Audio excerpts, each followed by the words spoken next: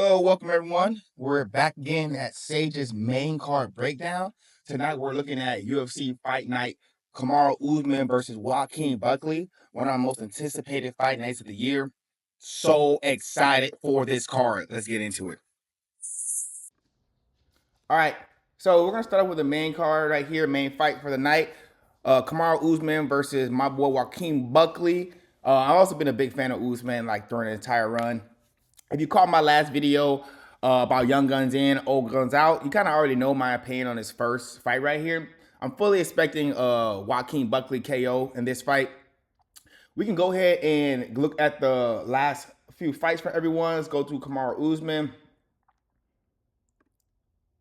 All right, so Kamaru Usman is 15-3 in the UFC. He lost his last 3 fights. Before that, he was on a 1, 2, 3, 4, 5, 6, 7, 8, 9, 10, 11, 12, 13, 14, 15, 14 fight win streak in the UFC. And then if you include his Ultimate Fighter, 15, 16, 17. So basically, under the UFC banner, a 17 fight win streak up until his last 3 losses, where he was head kick knocked out, where he lost his championship by Leon Edwards. He lost a rematch with the majority decision to Leon Edwards. And then he had a pretty contested decision against Khamzat Chimaev. Mind you, that fight was about a year and 7 months ago. So that's October 21st, 2023. So Usman almost hasn't, it's been over a year and a half since Usman has fought. That's going to play a big part of a reason why I'm kind of leaning towards Joaquin Buckley. Let's go ahead and look at Joaquin Buckley. Numansa. All right, so we got 11-4 in the UFC. He has 1, 2, 3, 4, 5, 6. He has won his last 6 fights, and before that, he lost 2 to Chris Curtis and Nasruddin Imavov. Not really nothing to be ashamed of. Nasruddin Imavov, pretty good middleweight right now. You see his position that he has after knocking out Israel Adesanya. Chris Curtis, also a good striker, heavy-handed in that division for middleweight. So I can understand being undersized by Joaquin Buckley, why making that change to welterweight tend to fit him much better after that run. So let's go ahead and look. His last fight, he won by Dr. Stubbage to Colby Covington. He was beating the hell out of Colby Covington in that fight. One thing that I know a lot of people like to criticize Buckley on is that he throws a lot but can miss a lot. One of my biggest things that I like with Buckley is that he's always setting up those outside shots. He's always changing angles. He's trying to figure out which side you're going to exit on, especially the closer you get to the cage. So one of my big things that I want to really think about for this fight is the foot placement for both of these fighters. We got Kamaru Usman. I'm expecting him to try to come in there, and after the last 3 fights that he's lost, he's gonna want to try to get this one back. He's gonna try to come in there dominate. He's gonna try to come in there strong. I would imagine he's gonna try to initiate that wrestling early, really try to drain some of that muscle from Numansa. Both of them pretty big guys muscle wise, but try to drain some of that energy from Numansa, make him work early on. Now, when he's trying to do that, I'm really interested to see how Numansa responds to some of these takedown attempts. I want to see where is the range that he's going to be at in the foot placement with Usman. Is he going to be closer or about the same distance that he is away with Colby Covington?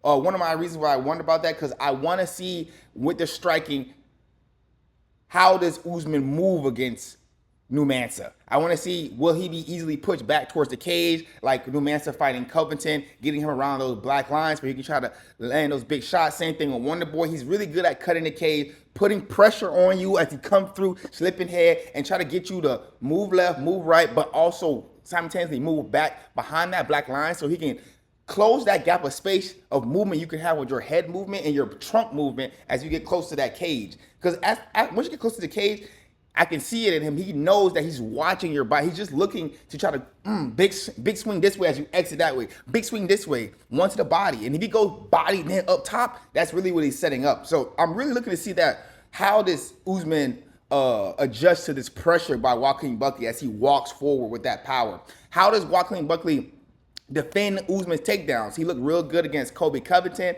I liked how he was able to defend. I will say that, Colby Covington kind of on that fight at short notice, so who knows how, prepared he was to fight Joaquin Buckley. But we know that Usman's going to be prepared. He has plenty of time. This fight's been announced for a while. So I'm really interested to see, will that wrestling play a different factor in this fight? Now, what I do want to see is Joaquin Buckley get this finished in this fight. I don't want to see this fight go to the decision. It will be good for him. He needs the experience, especially as he's going to the championship fights, especially against a former champion like Usman. But one thing I really want to see out of Joaquin is to push the finish. If he's able to get Usman out of here, I don't know who's going to have a better shot at a case in the next couple fights, because he would have finished, if he finished Usman, he'll have finished Usman, Covington, and Wonder Boy back to back to back. And then also he went to unanimous decision with that tall Russian dude, Ruzabov, and then he also ground up at Vicente Luque. But just how devastating he's going in here and putting the pause on these guys and finishing guys, I think he'll have a case to at least get that number one contender shot, or possibly the next title shot. But we already know, Islam's going to go ahead and have his next title shot against Jack, but we're talking after that. All right, so I'm going to go ahead, and my pick's going to be, I'm going to say Joaquin Buckley KO round 3. I'm feeling like that's the round. I want to see how Usman's conditioning is after a year and a half. I want to see how his knees are looking, how stable is he looking. Well, I'm also where Joaquin Buckley's been talking about, practicing some of those oblique kicks, those John Jones stomp heels to the knees. I want to see that too as well, just to see, how Usman responds to it. How willingly is Joaquin Buckley willing to go out there and just try to destroy Usman? I see this fight being a great fight, a banger for a main card. A great job by the UFC, pairing up a young gun with an old gun. We're really going to see the change of ties here. Is Usman still the man? Is he another shot to get back up there? Or is it time for Joaquin Buckley? I'm feeling like it's Joaquin Buckley time. All right, so we're going to move on to the next fight of the night, which is Miranda Maverick versus Rose Namajunas. Yes.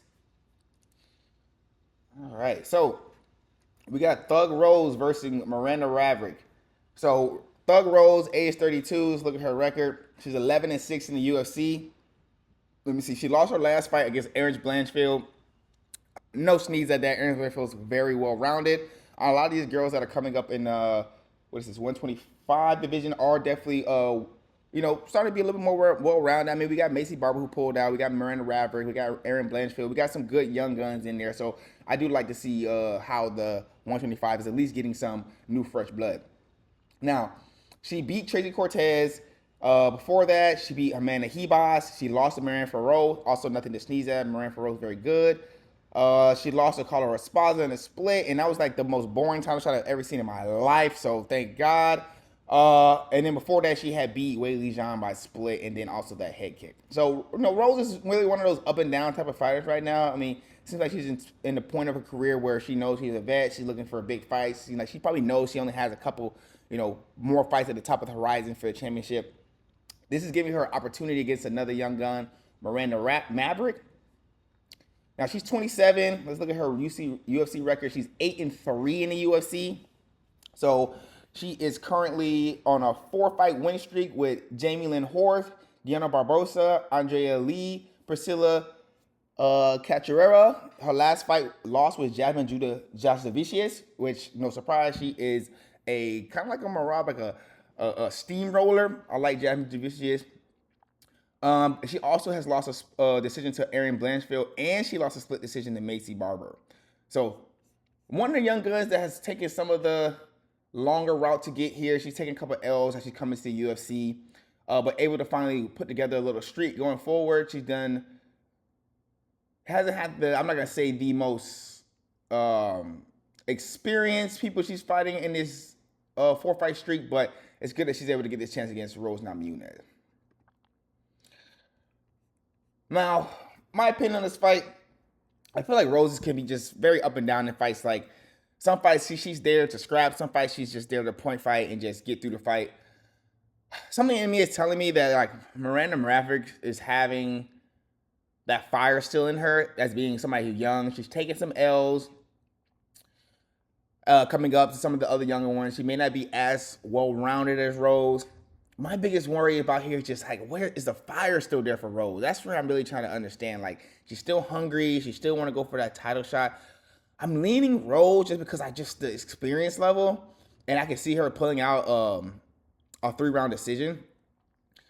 Oh, only thing underlying thing in my mind that's just making me think back of Miranda Raverick is just that tenacity she has. Like, I'm something like being young in this sport brings a different fire to you sometimes.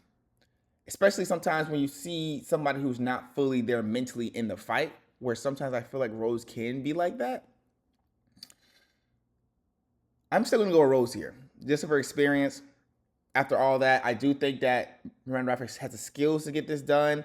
I do believe that she has a tenacity. It's just gonna really be on Rose's mindset in here. I'm gonna lean Rose Namajunas. I think she still can get through this challenge and get maybe another #1 contender fight. Maybe get back up there. I mean, I don't think she's getting through some of those girls at the top though. When she gets bad, like Mara Farrow or Anne Blanchfield or Shevchenko, I don't think it's that her time for that anymore. But, more good, entertaining fight can still be on the horizon for her. So I'm going to Rose Namajunas for this one. All right, so next fight on the card, we got Usman Shabazian versus Andre Petroski. Okay, I actually like this fight right here. Now, I'm not a big fan of either one of these guys, to be honest. But I can see how this fight could turn out to be a little scrapper right here. Look at Usman Shabazian. Okay, so Usman Shabazian, he is 7-5 in his UFC career. Let's look. He's currently in 1-5 win streak. He knocked out Dylan Buckley, which is nothing. Not who the hell is Dylan Buckley? Let's see. Let's just check and look to see if this guy's any relevant. I remember watching this fight, and I don't remember him being anybody of relevance. Yeah. This dude ain't shit. Okay. Yeah, so he knocked out some guy who the fuck knows who that is. Then he got arm triangle by Jared Mearshart in a second. I mean, it's Mearshart. It can happen. Almost kind of like Paul Craig. Beat AJ Dobson in the first round. Lost to Anthony Hernandez, ground and pound round 3. Beat Dalcha, flying knee. And then he lost to Imavov, which I understand that. He lost to Jacob Manson, understand that. Lost to Derek Brunson. So he's been on a very up and down pathway. I remember Usman Shabazian was like the guy they were talking about at the time. Like, oh man, he trained Ronda Rousey's coach, man. He's gonna be that guy. He hasn't really impressed me at all in the UFC. But at least he comes to get finished or finish somebody. So that's something I can really appreciate. That's why in my mind I was thinking, okay, this is probably gonna be a banger between him and Petroski. Let's look at Petroski's record. I know he's newer. I remember watching him in the Ultimate Fighter season not too long ago. He's 8-2 in the UFC. Last fight, I remember he had decision against Rodolfo Vieira. Beat Bucca too. Damn, everybody just patting their stats with Dylan Bucca. Hey man, shout out to you, bro. You getting these dudes some winning records in him. He also won against Josh Frim. Then he lost. So back then he had lost to Jacob Malacan and he lost to Michel Pereira. He was able to beat Gerald Marshart in a split. Let me see what else. Then he also beat Wellington Turner. So he's had some decent wins since he's been in the UFC. He's also taken some bad L's as well.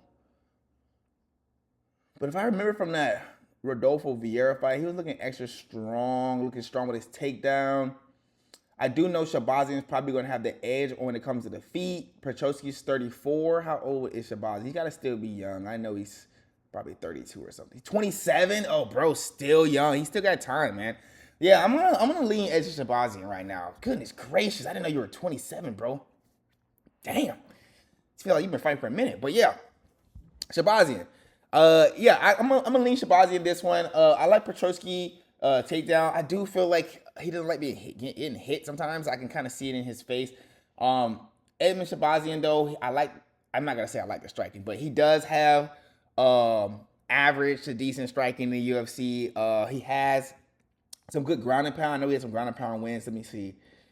Oh yeah, he had a ground and pound win against AJ Dotson, and then Yeah, he got grounded pounded out twice. Okay, yeah. So yeah, he only grounded pounded one person. So yeah. This fight right here, to be honest, could go either way. These guys both will probably never ever see the top 5 in the UFC. These guys will probably never fight for a title, but I can definitely see a banging fight coming out between these guys if they're ready to scrap. Somebody's getting finished in this fight. I don't feel like this fight's going the distance.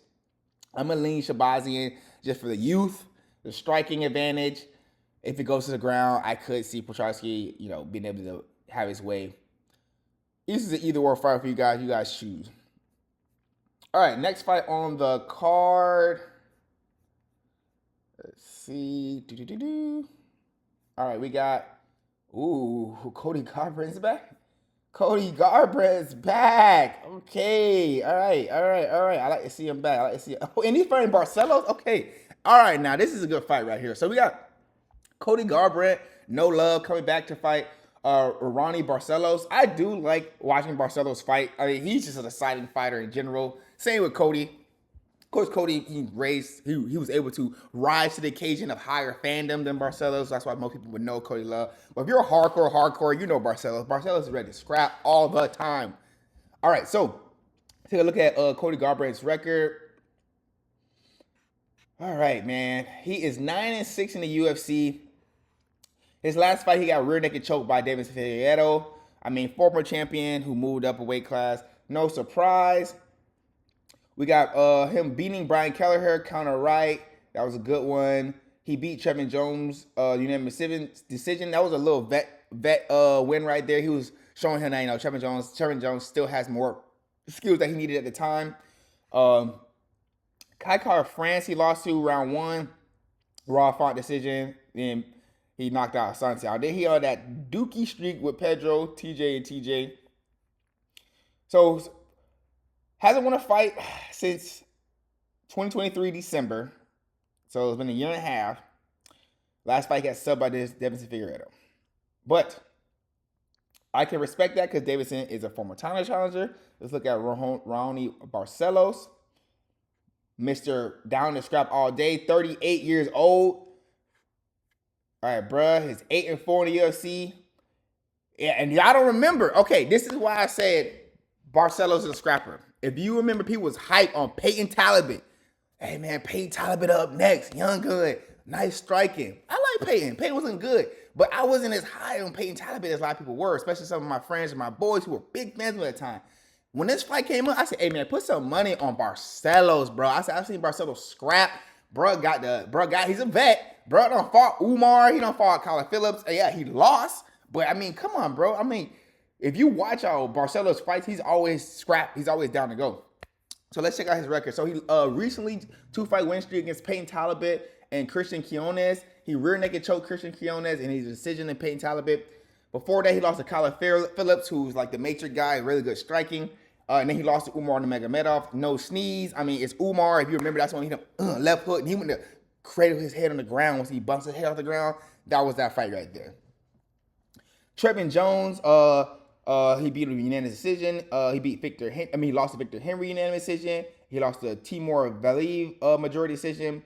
He beat Khalil Taha, and he beat Saeed Nurmagomedov as well. I think that was the first fight I ever seen in Barcelos as well, was in the UFC when he fought and beat Saeed Nurmagomedov. Grounded paddock, Chris Gutierrez. Oh yeah, he really could choke to him. Okay. And he uppercutted Kurt Hollaber. So he got some good names that he's beat on here for sure. Even if he's not like a fan favorite, he's definitely somebody, if you're a vet, you've been watching him fight, you've been seeing that he's been getting into good scraps for, his entire UFC tenure. Now, this is one of those fights that, of course, we're looking for Cody Garbrandt, see what he still has left. He's 33. Barcelos is 38. Let me look at the odds on this fight, actually. Do you have the odds up for this? Who's the favorite? Who's the favorite in this? Let me go to the actual. This would be good. I'm assuming Cody Garbrandt would be a favorite. It's near. So pick him was like it. Looks like I got Barcelos right now as a slight favorite, with Cody Garbrandt near even. This is one of those fights that I can see going the distance. Depending on if both guys' chins hold up, depending on if they're swinging. I can imagine that first round could be a little wild, a little standing bang going on. It's really interesting to see, Does Cody Barber's chin still hold up? He's been doing pretty well. I mean, even though he got submitted by Figueredo, it's not like he's just getting dropped like all the time. So I do believe his chin is probably still decent. I think this is gonna be a banger. I'm leaning honestly that this fight probably goes to the distance. But I also can see a finish, to be honest, by either or. They both can get it done on the ground. They both can get it done standing.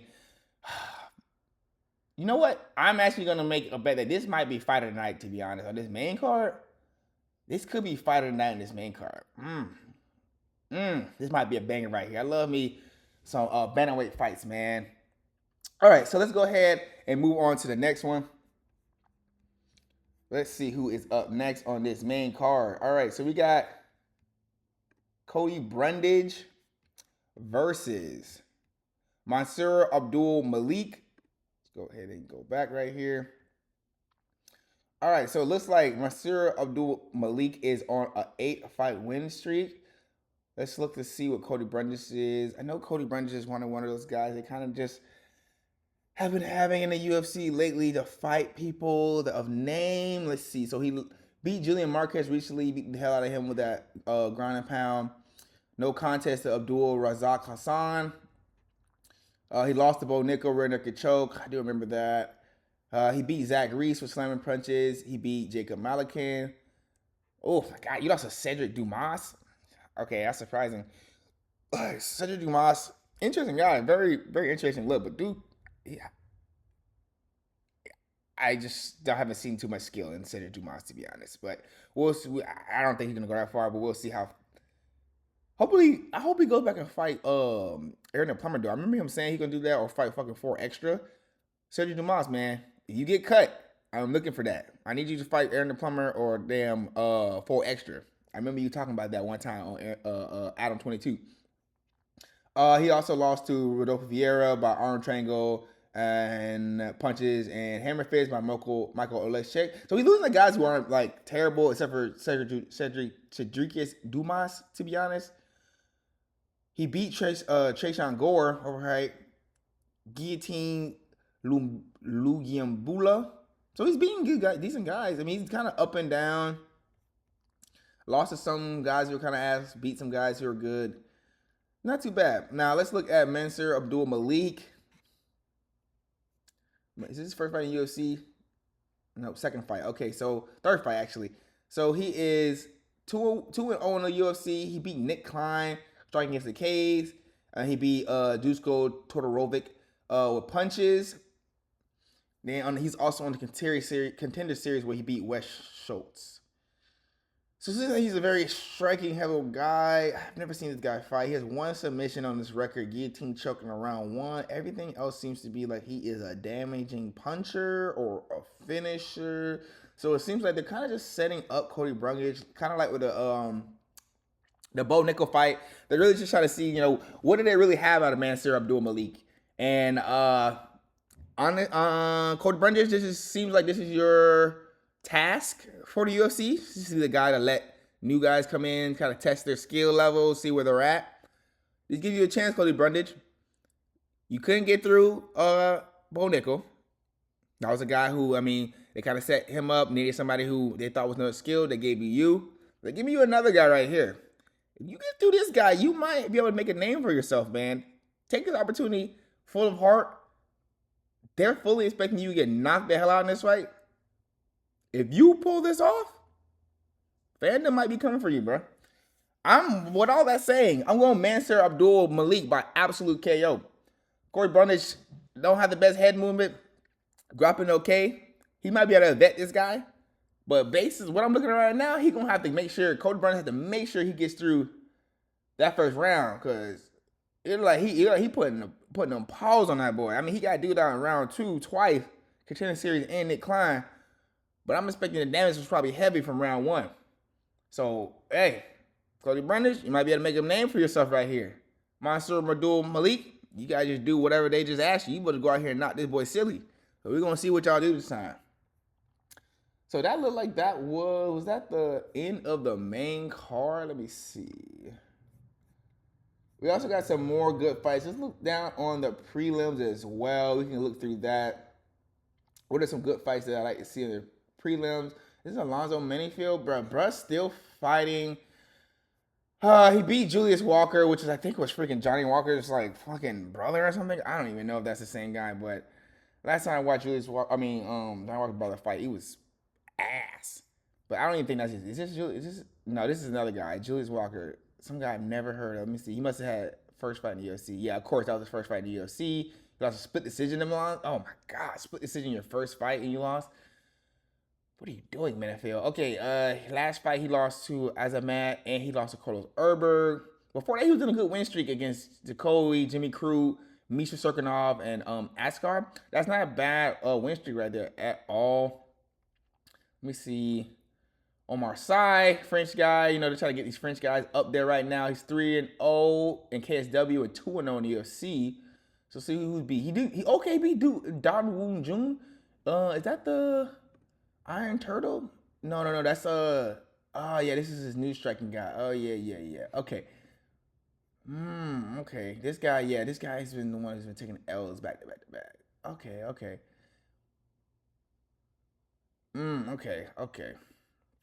Okay, so he beat Tuco Tokos for naked choke. Okay, this guy doesn't look like. Yeah, this guy's nothing. He lost an offer for Sterling too. Yeah, okay. So this French guy, to be honest, hasn't really fought anybody in the UFC. He's really still up and coming. That's why they're giving him Alonzo Menifield. He does kind of bang, but he's one of those guys who he's not gonna have like the IQ. He's not gonna have a strategy always going in there, especially of late. Let's look at the age of the guy. This guy is 29. I know Menifield's got to be like 32, something like that. 37. Oh my goodness, Menifield. Yeah, we're gonna go with Omar Sy. I haven't really been a big fan of Menifield a lot of his fights, and it's like he's just a very sloppy fighter. But he can get it done. I mean, he's definitely a strong, big dude that becomes the bang every single time. Pretty sure he wants to keep his contract. So I imagine this fight's probably going to come out there. But somebody's telling me that they're really pushing this French guy to try to get this, to get his name out there just by the guys they're giving him. I mean, they gave him Don Juan Ju on like a 3-fight losing streak. So they're definitely trying to give him some dubs. I'm going Omar Sy. He may finish in Long Meadowfield. He may not. Who knows? But I'm going to go with him just because it seems like they're the one that he's pushing. He's younger. Alana Meadowfield he's kind of like a donk. Like, he's just going to do whatever. Let's see who else is interesting on this card. Paul Craig. Who is this? Rodolfo Bellato. That's a good little submission match. I mean, what is he? 1-0 in the UFC. He ground and pounded Ihor Porterio. He went to draw. Majority decision with Jimmy Crute. That was a good fight, actually. And he's going to fight Paul Craig, 99. Paul Craig lost to Bonieko by the decision. Lost to Kyle Bahalio, left cross. Lost to Brendan Allen, rear naked chokehold. The last time he won was against Andres Muniz, ground and pound, round 2. Lost to Johnny Walker. Lost to Volkan Oezdemir. Yeah, and then is this fight at light heavyweight? Because he did go back to middleweight at a time because he was trying to make a little change for himself. I forgot. All I got to do, I can tell you right here. So this fight's going to be at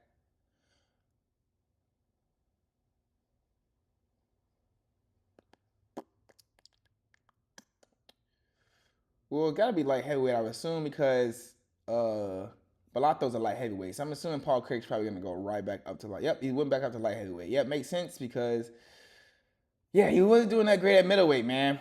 Paul Craig, man, might be time to wrap it up. Yeah, I'm going to go with Rodolfo Bellato unless Paul Craig's able to just pull off some, miraculous submission here. Bro's on a 3-fight losing streak, 37 years old. He's fighting dudes 29 years old. Yeah, Rodolfo Bellato coming in the UFC, looking good. Draw with that Jimmy Crute. Yeah, I'm going Bellato here. Let's go to the next fight. Monk Chiesa versus Court McGee. Man, that fight could sound like that could be, to be honest, a boring fight. He rear naked choked Matt Griffin. He rear naked choked Tony Ferguson. He lost to Kevin Holland and Darce choke. Lost to Brady. Lost to Bente Luque. So he's not losing no scrums, but Michael Chiesa is on the back end of his career of age 37. So yeah, he can still get a submission for sure against Court McGee. Court McGee is also an older guy. Vet. He's 40. My lord. He's 11-12. Doesn't even have a winning record in UFC. He did neck crank Tim Means though. He lost to Alex Morono, Matt Brown, Jeremy Wells. Neck crank. Oh man, I guess I'm gonna go Michael Chiesa by submission. Seems like the easiest bet right there, to be honest. I mean, I wouldn't be surprised if he gets another rear naked choke. Let's see who else is next on the card. We got, oh, this is the one that is a nice one right here. Okay, hold up. I like this one right here. Hold up. Okay, they're giving Chris Montino another shot. You remember this guy right here? He was the guy who was fighting Sean O'Malley during one of his debuts. He got pieced the fuck up, but he didn't get knocked out. He was still there, standing. Malcolm Wellmaker, if you remember, he just recently fought. He was one of those smooth guys. He was the guy I think he was a welder. He said he quit his job as a welder. Young gun, he's undefeated. Interesting to see how he does in the UFC. Chris he left from the UFC and he's been on the streak since then. I remember hearing about him going to was it LFA? Let's take a look at his. Where is he at? CES. That's where he was at, and also Combat Zone. So let's see.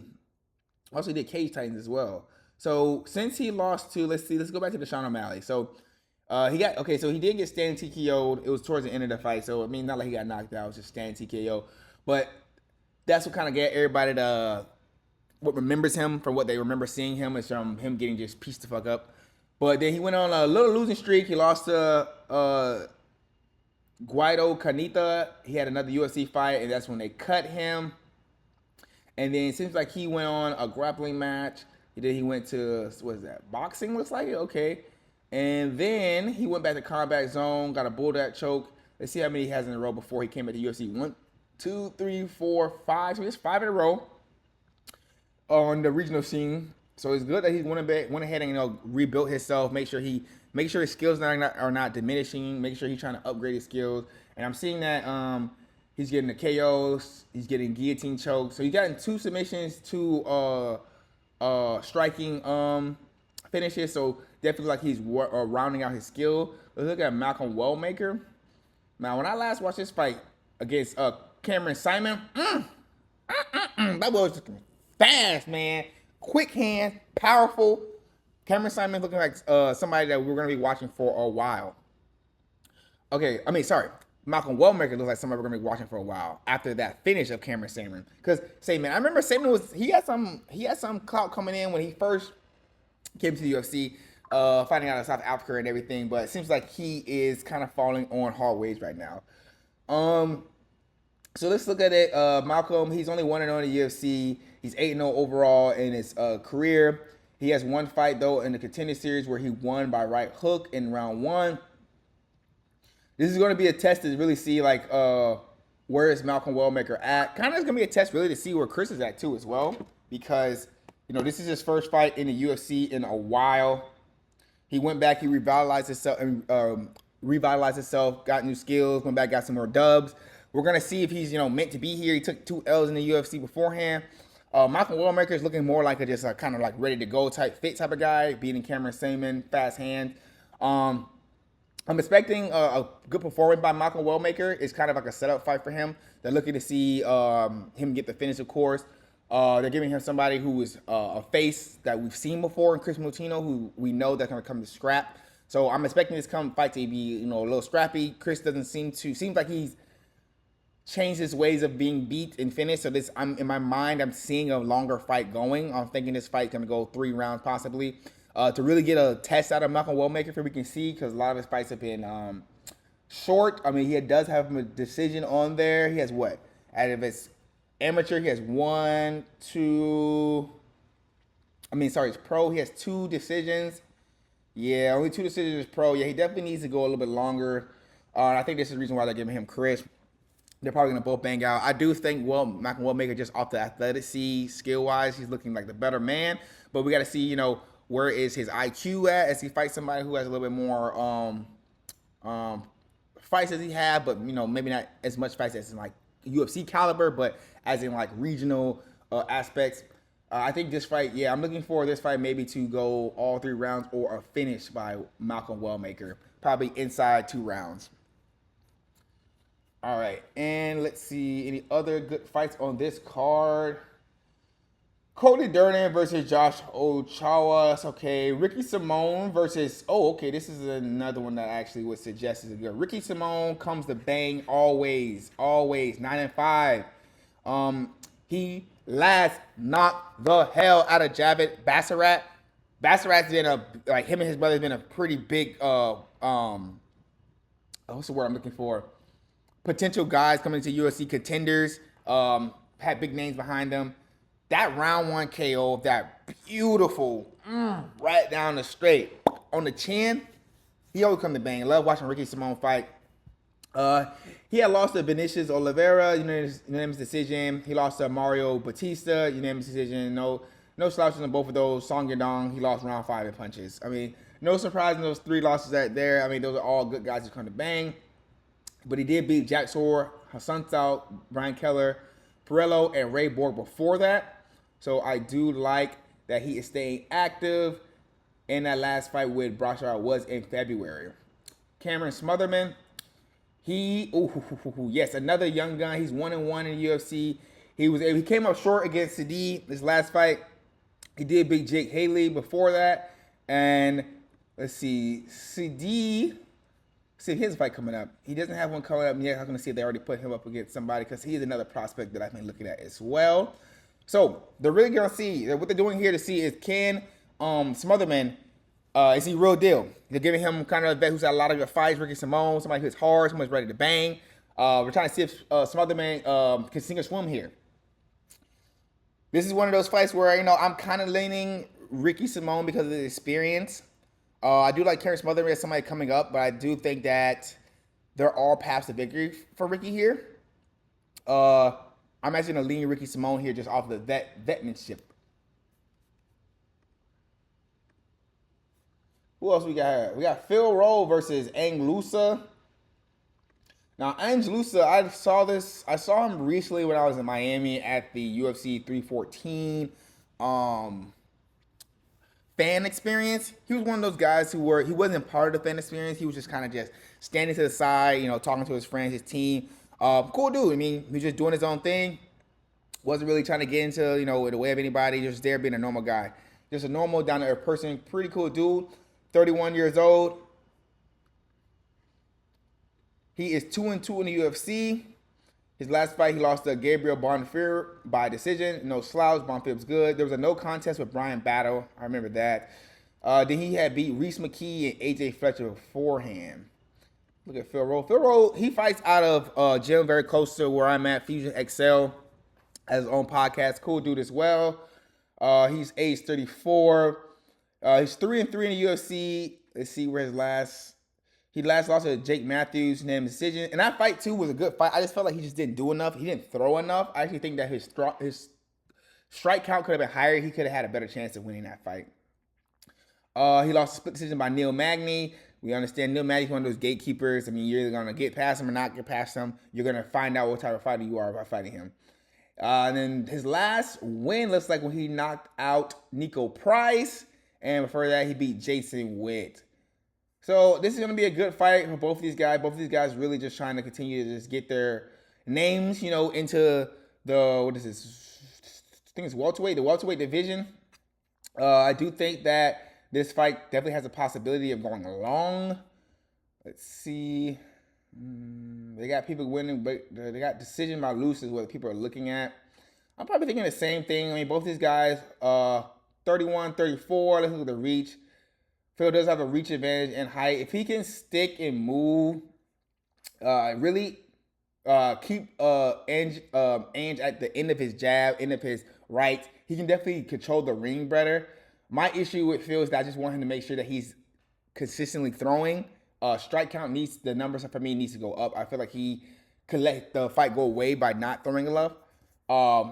And big, strong dude, still has still early in his UFC career, so Still a lot of things that he can learn. I mean, if this is a loss, it won't be devastating for him. If it is a win, it's not really going to move him too much any farther. So for both of these guys, it's really just like kind of like a get well match to really see like, hey, like let me get back on my feet, let me get a dub, and let me try to continue forward. And then we got the last fight, Dumopoulos versus Horth. Decent fight. I mean, Dumopoulos is that girl who's always shaking ass on Joe Rogan. She's cool. If you want to see some booty cheeks, yeah, first fight of the night, she'd be up there. But that is the main card breakdown by Sage. Make sure to check out UFC Fight Night, Kamaru Usman versus Joaquin Buckley. If you want to put some money on it, I'm telling you right now, Joaquin Buckley by KO. I'm feeling it. Something's telling me in my gut he's about to get this man Usman out of there. Another bet that could be maybe made that could just be, hey man, we're just trying to make some money. I would also say that Paul Craig and Renato Bellato don't go to the distance. And then I would also say same thing with let me go back to which fight was it? Oh, same thing with Cody Brundage versus Abdul Malik. I also think that fight will not go the distance. So those are 3 little bet picks that you guys can have for this fight. Make sure that you subscribe, like, and comment on the video. Trying to get my fandom up a little more. So if you enjoyed your Sage's breakdown of the main card, please give me a like, subscribe, and I will see you next week when we break down the next UFC Fight Night.